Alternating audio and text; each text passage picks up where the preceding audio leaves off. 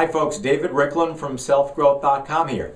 In this video, I'd like to talk about a new topic, walking a spiritual path. For insight on beginning a journey on a spiritual path, we've turned to Ben Williamson. Ben is a spiritual teacher and counselor who's been walking his path for over 30 years. And I'd like to share some of the insights that I've learned from him.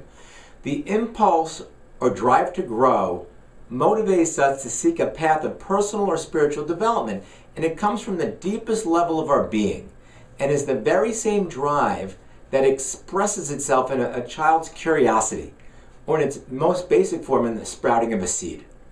As we age, that drive expresses itself in a multitude of ways, including the desire for self-understanding and wisdom.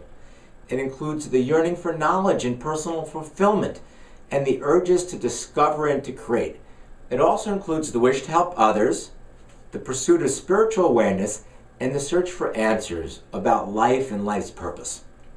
Walking a spiritual path is a way of discovering and developing oneself and becoming aware of our relationship to everything around us. It is to enter into a way of looking at the world and ourselves that reaches beyond the physical aspect of our life. Although spiritual and personal development have many things in common, spiritual development takes us to the deepest level of self, while personal development may only address certain issues. Before we embark on a path of development, we should be clear on what kind of development we're seeking. As a seeker, we need to be honest about what we're seeking and why. Is there something we're hoping to reach, or something that we're trying to get away from? Are we looking for answers about our life, or are we trying to fill a void in our life? Are we hoping to learn about ourselves, or are we looking for compliments and recognition? Are we seeking personal growth, or are we seeking power to control others and elevate ourselves? Are we looking for guidance, or are we looking for someone to look after us? Running away from something in our life or within ourselves is not conducive to personal growth. We can't go forward by running away. We first need to accept and embrace ourselves as we are. Like everyone else in the world, we're the sum of the total of our experiences and learning, and therefore we can't be anything else. Regardless of how we feel about ourselves or how much we like to change, there's nothing wrong with us. Therefore, we're normal. Recognizing this is the first and most important step in spiritual growth.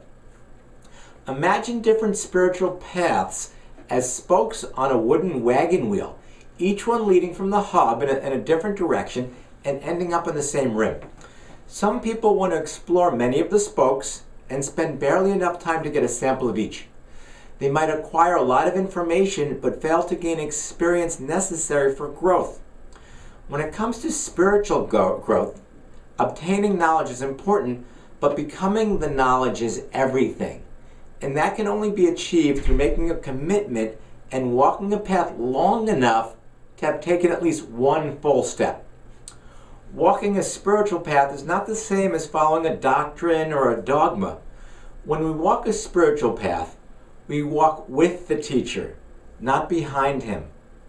We need to make our own steps in order to learn and grow. Spirituality involves acting consciously and taking responsibility for our behavior, and even more so for our thoughts.